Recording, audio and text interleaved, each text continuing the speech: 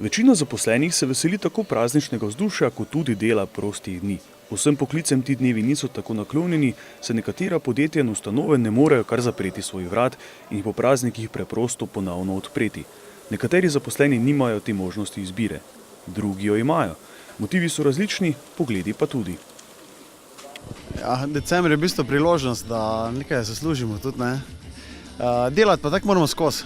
Glasbeniki v bistvu, eni si predstavljajo, da v bistvu samo greš tja pa malo zašpilaš, ne. Pa v bistvu ni čist tak, ne. Dosti je tudi neke organizacije, tudi birokracije. Pa tudi dosti vaje, ne, še vedno. Tako da. Kako bi rekel, služba je služba, ne. Zdaj mi, ko smo še mladi, tako rekel, ne, nam mogoče ni taki veliki problem delati te praznike, pa to, ker še ipak ni družine doma, pa tako za neke starejše ljudi je po moje malo teže, ne. Večina od njih bi verjetno rajši bila, ki je doma, pa tako, ne, in pa mogoče nima te možnosti, ne. Delati na praznik, medtem ko so drugi doma z družino ali pa s prijatelji, je vse prej kot prijetno.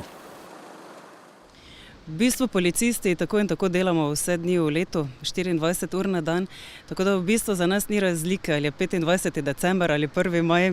Verjemi, da ne 1. maja, ne 25. decembra ali pa za Silvestrovo ni luštno iti delati. Predvsem zato, ker veš, da so vsi tvoji domači recimo nekje skupaj pa se veselijo, ti si pa dobesedno v bistvu izvzet iz vsega tega vzdušja, recimo zdaj tega božičnega in družinskega. Odvisno, koliko ti pomeni sam praznik, ne. Če ti praznik veliko pomeni, potem pa se odločiš, ne, da si rešiš družino. Da Silvestrovo meni osebno, pa moji družini nekaj dosti pomeni, tako da praznujemo pa cel čas. Uživamo življenje cel čas, tako da. Na dan, ki ga praznujemo le enkrat na leto, na Silvestrovo, se tako delodajalci kot zaposleni zavedajo teže delovnega dne, ki s seboj nosi posebne pogoje. Ja, tako nepisano pravilo je, da je za Silvestrovo dupla cena. Zdaj pa, če to dosežeš, če dobiš, ne, pa se pač odločiš, ne. Jaz recimo letos igram za Silvestrovo. Ja, definitivno bi zahteval višjo urno postavko, ne. Tako nekako vsi, to se mi zdi fair, ne. Da če nekdo že ne more biti doma ali pa kaj, da vsaj boljše plačam. Po moje je to nekako edini najboljši pogoj, no. Zdi se, da te poklice jemljemo precej samoumevno. Kakšno je pa njihovo mnenje?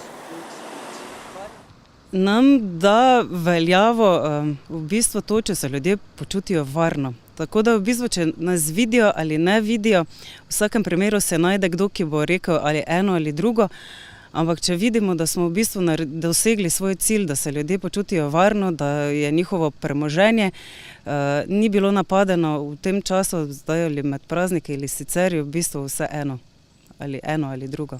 Naš cilj je važno, da je dosežen. Jaz mislim, da dovolj cenijo, no. Te poklice, tako kot sem rekel, sploh ljudje, ki imajo doma družine, ki imajo zakaj doma biti, ne, takšni se vseeno bolj zavedajo, ne, kaj pomeni, če so lahko doma, ne. Ali pa vseeno, če morajo biti na delovnem mestu, ne. To je pol razlika, ne. V to skupino poklicev lahko štejemo tudi medicinsko osebje, trgovce, gasilce, gostince in taksiste. Ti bodo praznične trenutke poskusili prestaviti na drug dan ali pa dotični dan na delovnem mestu preživeti, kolikor se le da dobro. Ja, definitivno, če že morajo delati, bi rekel, da jim je najlažje, da se ne obremenjujejo s tem, da morajo delati. Zdaj, če so tam, tako morajo biti tam. Da se ne obremenjujejo, probajo uživati pozitiva, pa izkoristiti, ne.